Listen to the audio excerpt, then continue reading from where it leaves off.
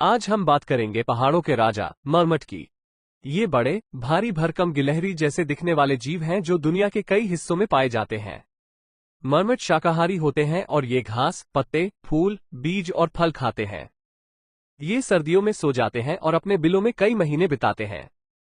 Marmot बहुत सामाजिक प्राणी होते हैं और ये समूहों में रहते हैं। मरमट बहुत ही मजेदार और मनोरंजक जीव हैं। ये अक्सर खतरे को भांपते ही एक दूसरे को चेतावनी देने के लिए ऊंची आवाज में सीटी बजाते हैं।